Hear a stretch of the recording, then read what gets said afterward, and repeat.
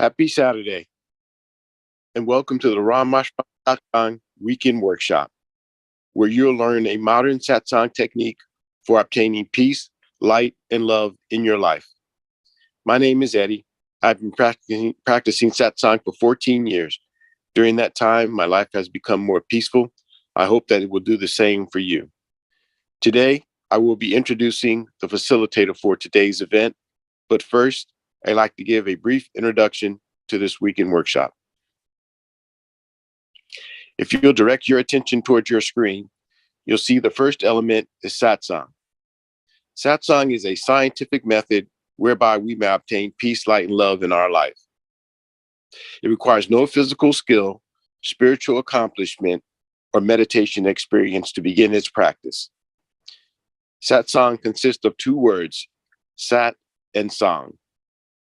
Sat means positive energy, and Sang means to be with or to be in the presence of. Thereby, the word Satsang means to be in the presence of positive energy. The next element is meditation. Meditation is an important element of Satsang. When we meditate, we withdraw our consciousness from worldly objects and direct it inwards and focus on a single thought. In doing so, our minds become calm and our thoughts become pure. Only then can we obtain higher states of consciousness, such as enlightenment, peace, light, and love. Inner orientation.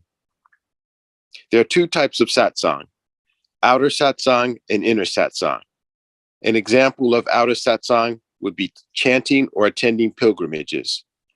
When we practice outer Satsang, we have the potential to change our behavior.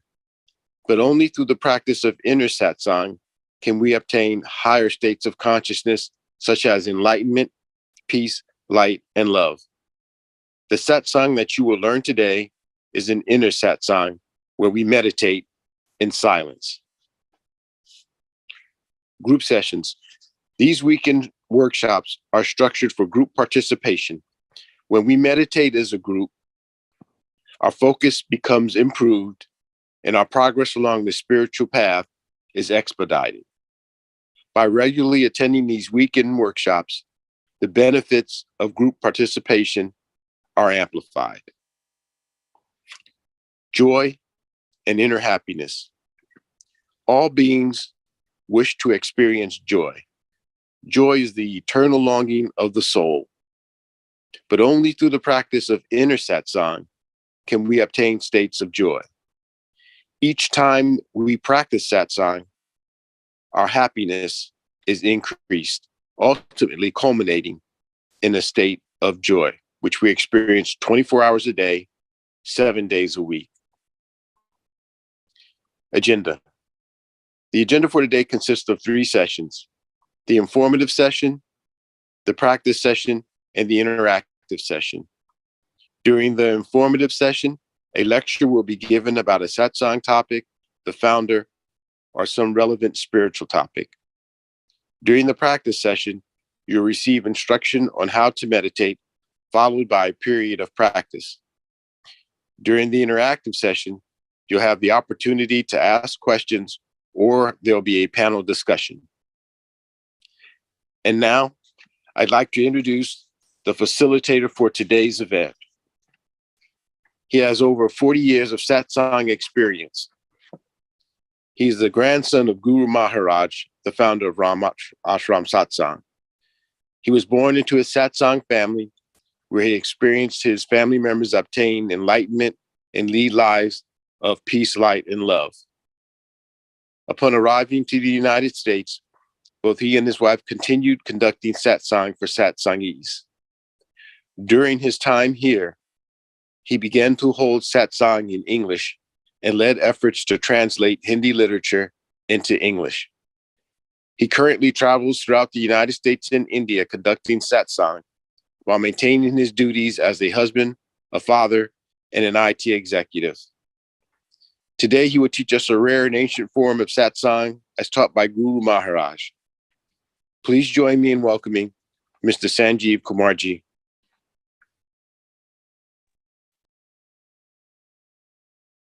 So happy Saturday, everyone. Hello and welcome to this group session where, as usual, we will spend more than half the time in meditation.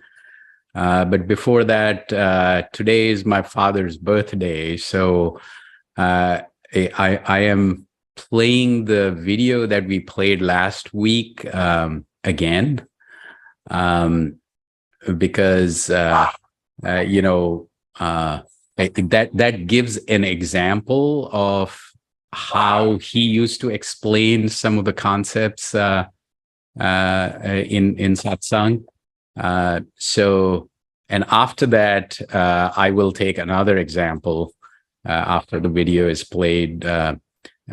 This video I actually do like. It has some nuggets which are worth pursuing again, and it has this example which takes almost like us from where we begin to the very end, like in three stages, and he describes those three stages, which I have tried to translate.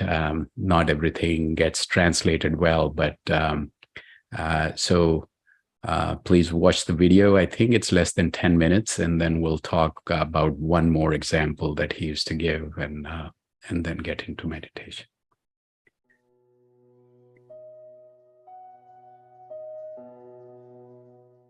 So I'm Sanjeev Kumar, and today I'm in the beautiful city called Pink City, Jaipur in India. My grandfather, Guru Maharaj, and his youngest son, my father, used to live in Jaipur. Guru Maharaj was in Mathura. So Guru Maharaj gave a very unique guided meditation practice, which is not like guided in the sense that through the meditation, you hear some guidance.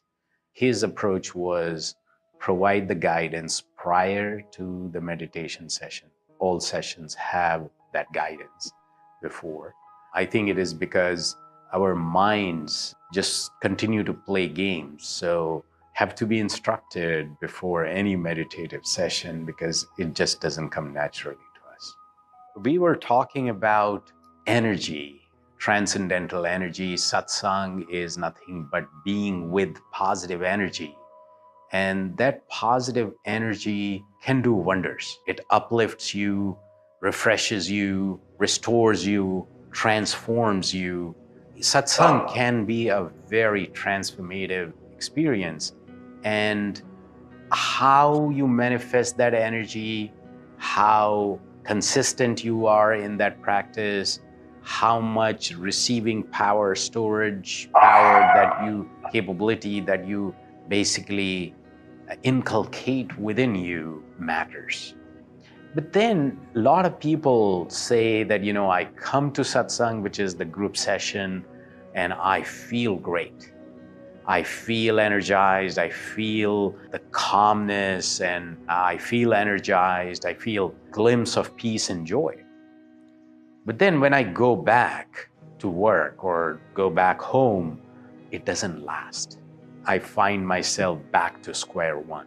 It is kind of related to the concept of how much we are receiving, how much we are able to store in terms of this positive energy. So let's talk about that. And interestingly, my father, Dr. Narendra Kumarji, who was a professor in chemistry in University of Rajasthan in Jaipur, he used to give a very nice example. He used to say that, let's say, if there is a bucket of cold water, or let's say it's a pond of cold water, and on the shore there is a stone, and that stone is getting heated up in the sun. So it's like how we are heated up. There's no calmness, there is no quiet within us. So that stone is getting heated up in the sun, and if you take that stone and put in that cold water, it becomes cold. So that is how you feel when you are in satsang, when you are in any meditative practice, so to say, many of the meditative practices. But then when you take it out and put it back outside, it heats up again pretty quickly. So that is what, going back to square one or going back to home or work and finding that the way you were feeling during the meditation or in the meditation session no longer, it just back to square one very, very quickly. So he used to say that if you continue the meditation, you continue your practice, and your ability to receive and store slowly becomes better with that practice and with that guidance, what happens is that stone transforms itself into a cotton ball. Now, if there is a cotton ball that is heated up in the sun, it is heated up, but if you put it in the cold water, it soaks up that water. So you have to become not a stone, but a cotton ball. When you sit in the meditative session, you soak up all that energy like a cotton ball. And when that cotton ball is taken out and put back in the sun, it takes a while before it gets heated up. So that's the power of continual practice. That's the power of receiving and storing and kind of developing that capability, which is nothing but consistent practice. But then there is a third stage, which my father used to talk about, which not everybody is able to get to, unfortunately. But if you continue the practice, if you continue to take the guidance and continue the transformation that satsang is capable of, then what happens is you cut across to the third stage, where your inner world from stone, which became to a cotton ball, now becomes salt. So if salt was out there in the sun and getting heated up, you put it in water, now it has melted away. It's kind of become one. It has taken the form of water in some ways, right? So it gets dissolved in the water, and now it's water, maybe salty water. That is where the limit, going from being limited to limitless, where you surrender to a higher power. It has a negative connotation. Here, this example says you had some characteristics and you got into this energy and you became the energy. So you are now limitless. You are now as powerful as the cosmic energy. And I firmly believe that you can achieve that state where light, love, and peace gets combined into this higher consciousness, which is called satsang. So you become the sat because of satsang. That's the state, that's the target state, where you have light, love, and peace in abundance. Satchidanand, it's referred to in the scriptures. It's joy, it's calm and quietness and deep sense of peace and unchanging and the ultimate everlasting positive energy.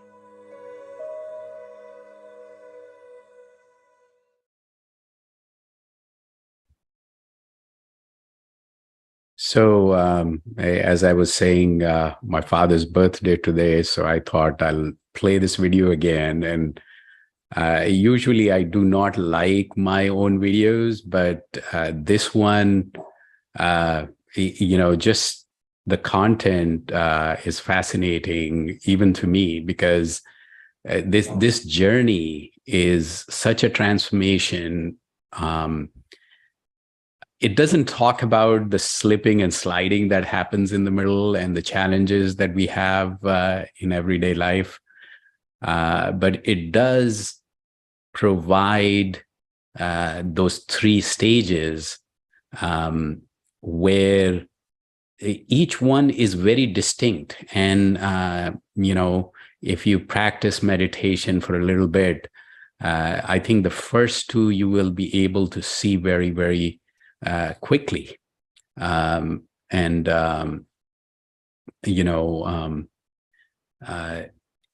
third one, I think sometimes I wonder why we all cannot get to a higher consciousness and higher awareness.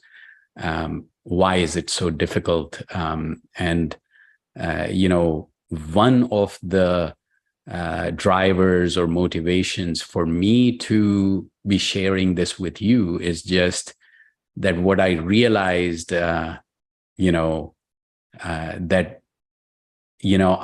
saw things happen to certain people who followed this path, which took them to a place which I feel is rather uncommon. So it's something a lot of people want to get to, but I don't know. It is just lack of opportunity or lack of understanding, or just that we have so much information, but sorting that through to get to a land of light, love, and peace feels like a buzzword rather than a reality. I think that we ought to change for ourselves. I feel that every one person here should make that, as a goal. I mean, apart from everything else that we need to do, we should do, but being at peace, being in light, which is knowledge, being in this world of love where it's unconditional, it's completely and totally, believe it or not, my father used to travel in northern India, and I go and meet people even today, and they just they remember that love, that unconditional love that he used to just share with everyone. So I wanted to quickly give one more example that he used to take. He was a chemistry professor, but I can say almost last 15 years of his life, he dedicated to sharing satsang, not his quantum mechanics and other things that he was expert in for some reason. And he felt that, this was more important, I guess. So one of the things that he, this kind of resonates with me. It's like he used to say, think of a solar cell. So, these days you would find that street lights have a solar panel, so during the day when there is sunlight, the panel orients itself towards the sun and stores that energy. And that at night, when sun is hidden and it's dark, the light bulb goes on to provide that light. So it's almost like if we could do that for ourselves, that, when we are in good spirits and when we have the ability to receive and store energy, we do that. And when there is the times when we feel down, when we need that energy, we had that store we could switch on, and there is light. So he used to talk about like, so think of that solar panel. I mean, it's just a model, an example, but he said that one is the orientation. That panel needs to be oriented to receive that energy. Then he used to say that, there are reflectors in there which actually direct that energy and concentrate that energy before it is stored. And if those reflectors, had any dirt or any, so they need to be clean and pure. And then he used to say that once that energy is concentrated and reflected, that place needs to absorb that.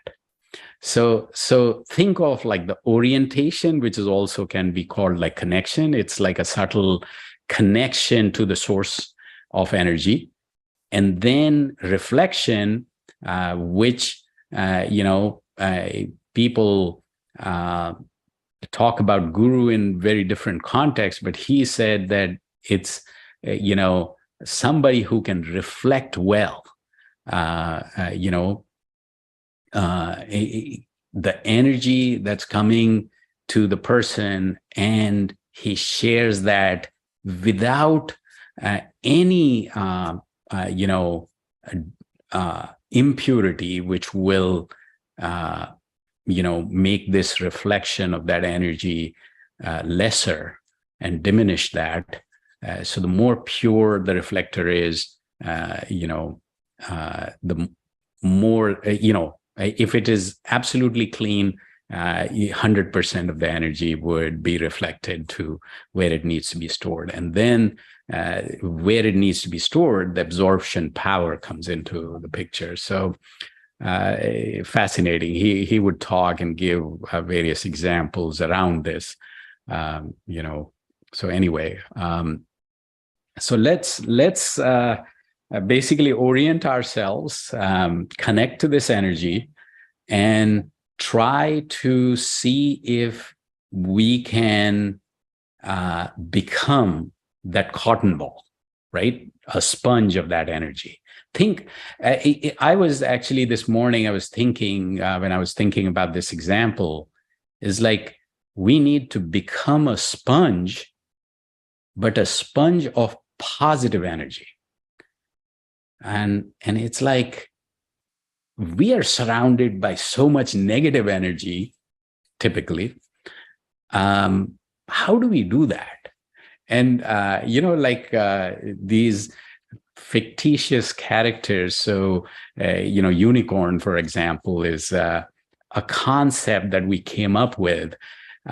Similarly, Hans is a bird, which, the concept is like, so Swami Vivekananda, who wrote a lot of,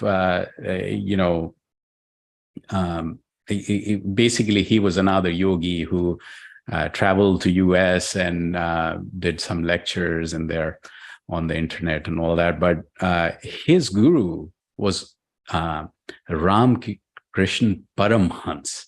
Now, Paramhans is like, so Hans is this fictitious bird which only takes what it needs. So like if you have like milk and water mixed, it will just pick up milk.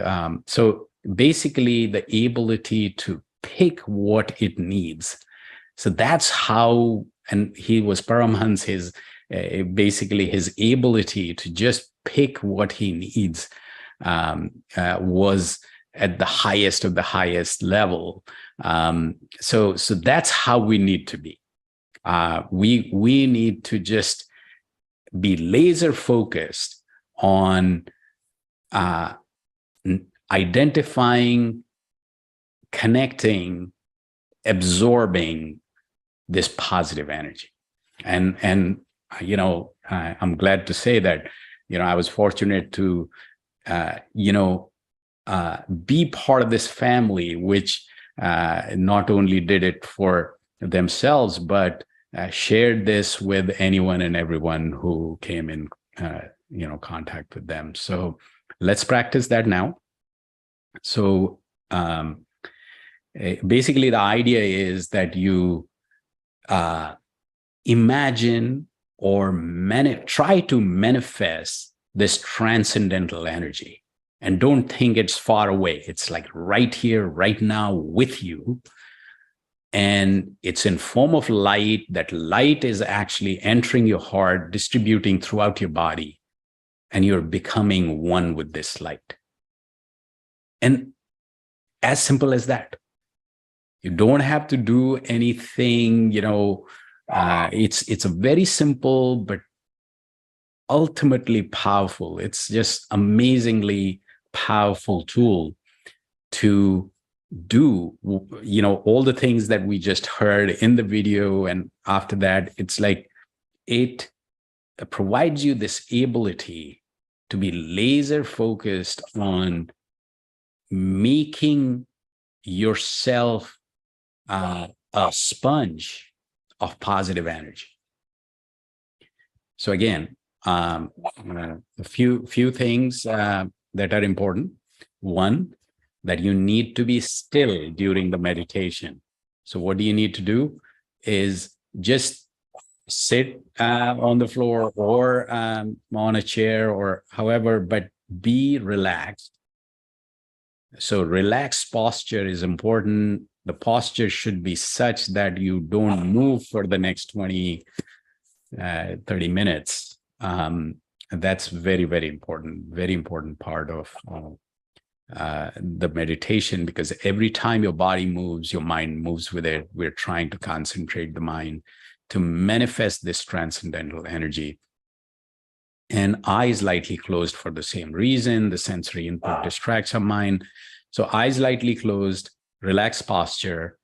And now, again, thinking about this transcendental energy in front of us, and it's entering our heart, distributing throughout our body, and we are becoming one with this light. We're getting totally and completely immersed in this transcendental energy. So we are becoming that energy. So mind will wander away. And, some people say, oh, I start focusing on my breathing, I start doing this, and I start doing that. The practice says that you could do things before and after, whatever helps you to concentrate. But during this practice, there is only one thing to do.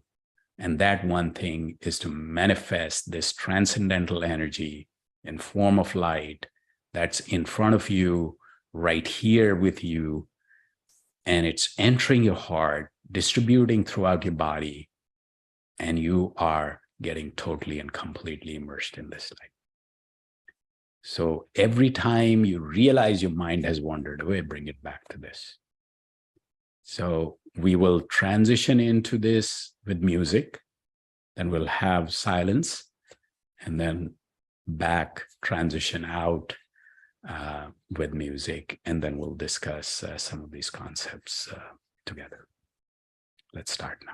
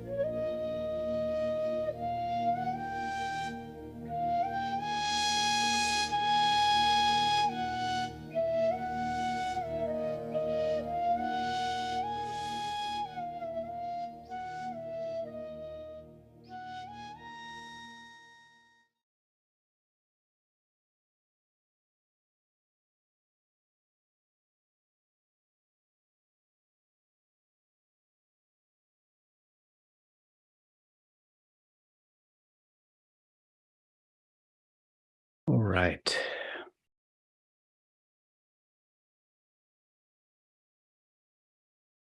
So Liz, how are you doing today?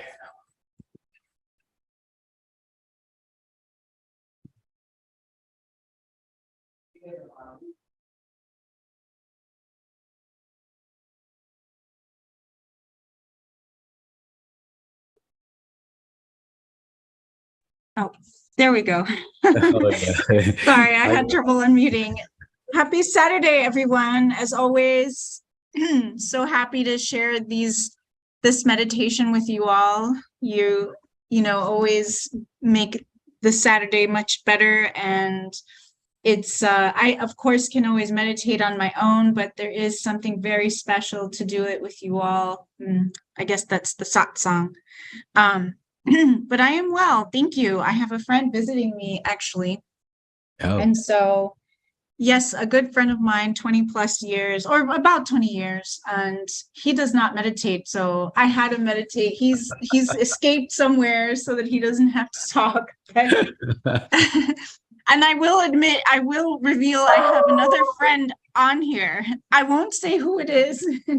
If that person wants to reveal themselves, that's fine. That's That fine. person's a bit shy, but so I am just raving about you and your meditation sessions. Oh, my.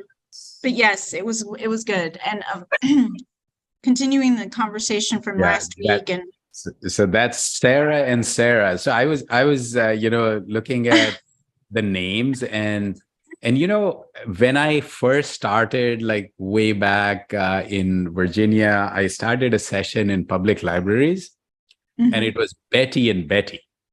That continued for quite a while. It was, yeah, she is not a morning person at all, so she sometimes shows up on the Tuesday sessions. But and one of them, kind of wanted to go more towards the, exercises of yoga and all that. So it spends more time there. But for years, we were doing satsang together. Yeah. So welcome, Sarah and Sarah. So, well, yes, I mean, I don't know that I have anything more to add to what, or any questions at this time. Could be that somebody might say something here that might prompt something from me, but sure thing. it was good to just listen again to the video and reanalyze those topics. It must have been the energy there at my home in Jaipur. I have not heard myself this way before, to tell you the truth. It's like there were 4 videos. When I hear them, it's like, am I talking here? It's one of those. It's like,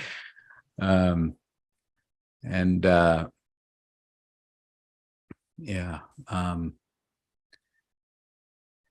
So, I did have a question, but it does not pertain to today's session. Is that okay? Yeah, go ahead.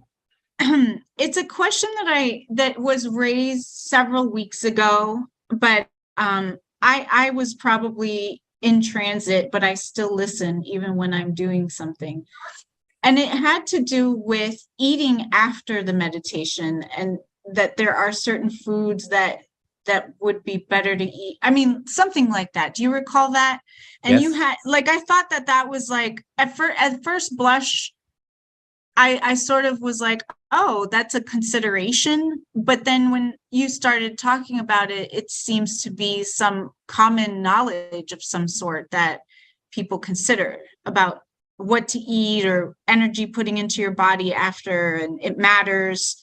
So I don't know. I've been thinking about that, and I wanted to raise it at some point. I don't know if it's appropriate to raise it here, but now. No, it's actually, see, there are, I still consider these English sessions like, in early infancy, while it's, in some way, shape, or form going on for 2 decades now. But it's the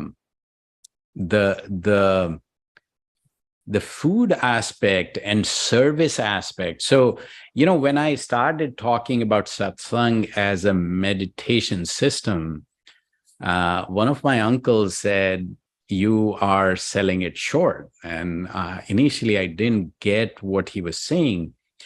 And then I realized that there is this guidance aspect to it. There is this service aspect to it. There are some other, pieces to it. So meditation, now we say, is like, okay, it's a very core and integral part of satsang. It's like if you were to imbibe positive energy, how that will manifest in you and how you will positively impact your environment and how far that would go. I mean, that's a story in itself. But then comes the question of how food can help, right? And I am telling you, there are so many places that Guru Maharaj, and who has written a 7-volume book on his journey, and then several other books, and he would quote Moses, he would quote Guru Nanak, who set up the Sikh religion, and it goes on and on. So he was like,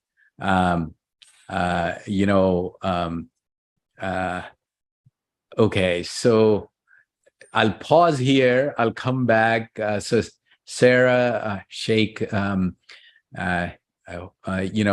so how can I keep my mind from wandering during the meditation and maximize the benefits of meditation? It's like, how can I keep myself from going from one topic to another? That's my problem. See, the thing is that it's like the meditation we just did, it's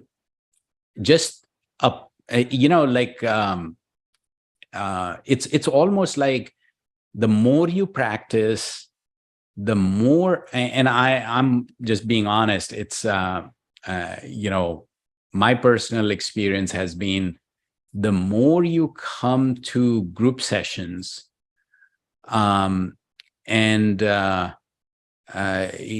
it's almost like, and then try to figure out what is helping you to stay focused during the meditation. So one of them is food. So we're talking about that, and I'll come back to this question again, but so how does food help your meditation? And there are so many, I mean, literally, we don't have enough time for this, but I'll start on talking about a few things that either Guru Maharaj documented or I have read elsewhere. So number one, how you eat. So one of the things that Guru Maharaj used to emphasize is like, the culture today is, I eat while I'm talking to others, while I'm watching TV, which I do too, and et cetera, et cetera. What his recommendation was that first, and this is in a lot of religions, this is done anyway. So you kind of imbibe that food with this energy, this transcendental energy, and then eat it. You almost think like the way you are meditating, you think your food is charged with positive energy. And as you are consuming it, you are being charged up with that positive energy. Now, Luz, I would say let's experiment for next few weeks. Bring like some almonds or something, even like sugar candy, or something that is, so there is a concept of sattvic food, or, which is like food that doesn't, that is simple to digest, and doesn't have too much of spices and, and other things. So there is a concept of sattvic food, but what I would say is just, almonds or walnuts or, hard sugar candy or something. Just keep this with you while you're meditating and consume after. Okay. Idea there is that you have charged yourself up with positive energy. The food around there would also be charged up. Now, when you consume it, number one, what I found was that our brain is fairly small part of our body, but it consumes 20% of the energy. Meditation is a mental exercise. So eating something energizing after meditation, which is very simple to digest and is energizing, I think. Sugar comes as, which is not ideal, but almonds or walnuts or something like that, right? So now, one, it is charged up. Two, when you consume it, it lives in your system longer. So if you were trying to make yourself a sponge of positive energy, if you are like literally eating positive energy, that stays in your system for, a while, right? A while longer. So you will help that process. So that's another thing. Then there is, so one dimension is while meditating, keep some food and, consume it after. It helps you re-energize after meditation. It helps you keep the energy for longer within the system. But then there was another dimension that he mentioned in a book where he says that how the food is prepared is also important. So if you were preparing the food while thinking about positive things, and a positive person versus a negative person prepares the food, you will see the effect. And he gives like some examples of how he felt, and again, I mean, I find it very hard to, I eat out a lot, and how would I know how that was prepared, right? So, so there are like so many nuances to what you consume. And basically, as I was saying, I think there was another video that I think I played this Tuesday, and we'll get back to that one, where this positive energy, negative energy, and the blend of that, which is like action-oriented energy, because positive and negative kind of makes you more still than in action. So the blend is required for the action. So there are these three energies. So the positive energy, so literally food can be divided into those three as well. So something that positively energizes you, something that after eating you will feel more down rather than up, and you can probably relate to that. Most of us can. And then there is more of a when you consume something, it's not negative or positive. It's like, I want to do something. I'm so it's more action oriented. But that action orientation is a blend, that if it is more towards the negative action or a positive action is so those three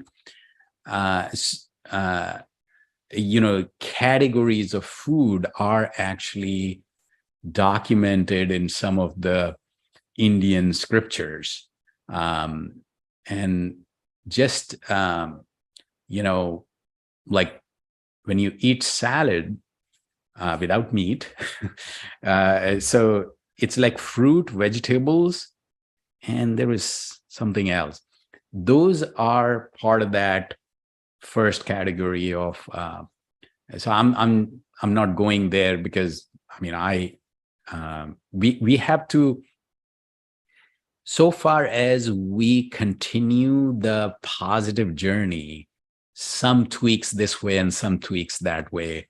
Guru Maharaj was not very prescriptive. He was more of, do what you have to do, but add some tweaks, like consume this anything, but thinking that it has this positive energy, this transcendental energy.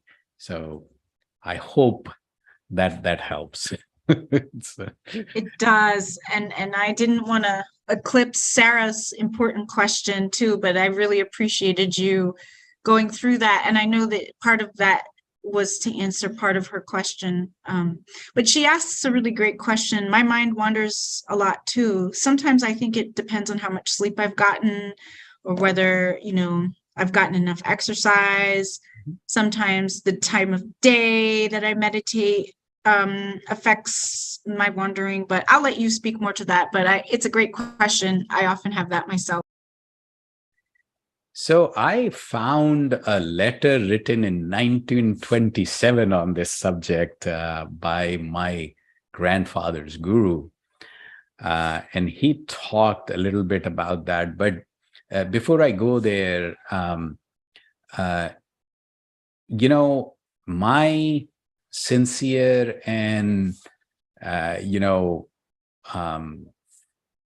advice here would be that in itself is a distraction in the sense that, our mind is like a wild horse and needs to be saddled. So the easiest thing is to let it run. When it, gets tired, that's when you saddle it. So what does that mean? So my father used to say, don't fight with your mind. Observe your mind and let it wander. But if you keep doing your practice, that means you are letting it. So during the practice, it'll, you initially, so it will slowly start, coming down to getting a little more better concentrated and so on and so forth. So you will let it run, don't fight it. And as Luz was saying, there will be good days, not so good days, but just practice. And you will find, voila, it's happened. So I think my grandfather's guru, somebody wrote to him and he said, this one is hard. So it's like age-old times when people had a lot more time. But I would, my job is to just tell you what, he wrote. So one of the things he said was that, that happens to me too. But you know what? I found that once I sit with others, it somehow is better. That was number one. Number two, he said, then if I sit for more than half an hour, gosh, that one beats me. But he said that if I sit more than half an hour, and to tell you the truth, this is pretty heavy duty meditation, deep meditation. So it is not recommended to go beyond, 45 minutes or so. But at that time, they used to practice for an hour, sometimes 2 hours. And he said that if once I go beyond half an hour, it goes to a different level. So, well, but I think I would go back to my first part where it's like if you continue to practice, as the video said, you will go from the stone to the sponge, to the cotton ball, which soaks it up. And once you start soaking it up, not only you will have a better time during the meditation, you will have, this energy will live with you for longer. And that I have seen people who practice satsang, that happens a lot. I mean, it's very, very common, very common. So I hope that helped, Sarah. And you can unmute if you like. Thank you very much for answering my question. Okay. Yeah. So does that help? I hope it does. Yeah. I started doing like a 10-minute meditation with this app called Breathe. And in this particular app, one of the speakers talks about focusing on your breathing, like you said, observing your thoughts, kind of stepping back, and, when your mind starts to wander, you should say, oh, that's an interesting thought. Become like exactly the words you use, become an observer of your thoughts, and then continue to focus on the breathing and bring you to the point where then your mind will wander less. But I am an extremely busy mother of 2 young children, and my schedule is usually very, very packed. I just started a job, and constantly, like, my brain is like in overdrive. So I started this practice so that I would get a sense of control and a little bit of rest from all of the busyness in my mind, because I pray also. I'm Muslim and I pray. I don't pray 5 times a day, but I do pray. But sometimes even when I'm praying, I feel very distracted by all the things I have to do. So the meditation and the yoga has helped me to try to be more present and stop focusing on what I need to do in the future and what has already happened in the past, because I can't control either of those. So this is something that I've started doing in the last 1 year to try to focus on what is going on in the present. So that's kind of my take on how I've tried to handle things. See, I mean, absolutely. I do all of that as well. So to me, prayers have a place, breathing, meditation has its place, and then this deeper meditation. You could try like that 10-minute breathing and then 10-minute deeper meditation and see, the effect will be multiplied. And as you said, I mean, you can't do it every day with the schedule, but, try to find some time for group meditation, try to, practice it. And it definitely helps make your prayers, more stronger and deeper. And it, calms your mind. And you see, breathing brings you to the breathing meditation that you're describing brings you to the present moment very quickly. That helps this deeper meditation. So you can try that combo as well. Thank you. I appreciate the advice. Sure thing. Yeah. So Preeti said something. So when we meditate, it's real good, but going back to real world, it's difficult to maintain the state of peace and calm. Is there anything we can do to practice to keep this state for greater? Yeah, actually, the video I played, I don't know if you maybe Shivangi, if you could share that link. That talks about this concept that as we practice this meditation slowly from this the situation that you're describing to a more a cotton ball or a sponge you become, so you keep the energy with you while you're doing other things. So that transformation takes a bit, but that happens pretty often for people who are practicing this meditation. And Shanta, if you any comments, questions?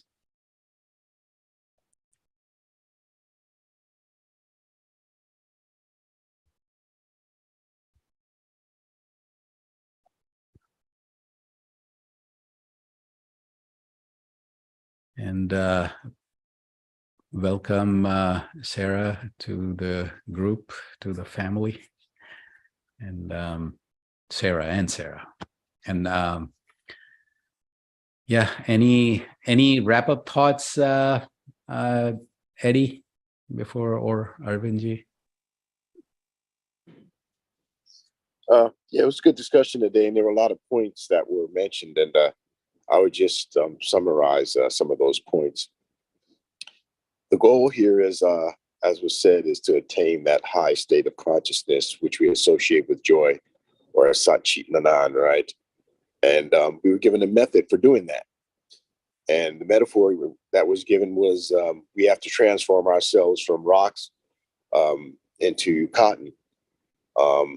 In the ancient days, the alchemists called this transforming lead into gold, or basically transforming the gross soul into an enlightened soul, or a soul full of light. And so the way this is accomplished is through repetition, right? It's through practice. It's something that we have to do every day. And it's simple, but we have to do it. And the struggle that we face is that in the case of our satsang is that we have a difficulty maintaining one thought, or focusing on the thought of the light. And this is our internal struggle. So it has nothing to do with our neighbor and how loud they are, or what time they come home, or the things that they say to us during the day.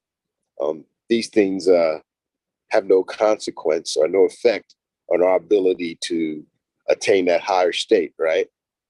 It's an internal struggle. And so when we overcome that, we achieve our goal. So the idea that, our neighbor is the cause of our suffering is not really accurate, or that we should even engage ourselves in envy is a mistake, right? Because it doesn't matter where we live, what kind of car we drive, or the kind of clothes that we wear. The ability to obtain a joyous state is in our hand, no matter where you are, right? All you have to do is sit and meditate and focus on a single thought. So it has nothing to do with our neighbor having more than we do. And so the point that we should walk away with today is that in this process of transforming ourselves from a rock into a ball of cotton is a repetitive process. It's a scientific process. And the struggle to do that is an internal one. It has nothing absolutely to do with our neighbor. And so, if we keep that in mind, I think it'll make our days a little bit more pleasant, right? Instead of us falling into the mistakes of envy and hate and all these other things, we can just focus on ourselves and practice this method and achieve our end goal.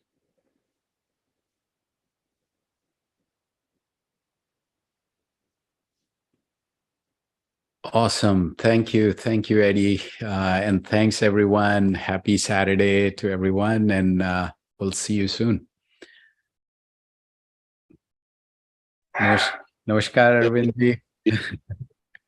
Namaskar, everyone. Have a good day. Good day. Namaskar. On this joyous occasion of Puja Papaji's birthday, may his blessing, grace, unconditional love, and light permeate through our being. Thank you, Bhaiya. Thank you. Thank you. Thank you, everyone. Take care and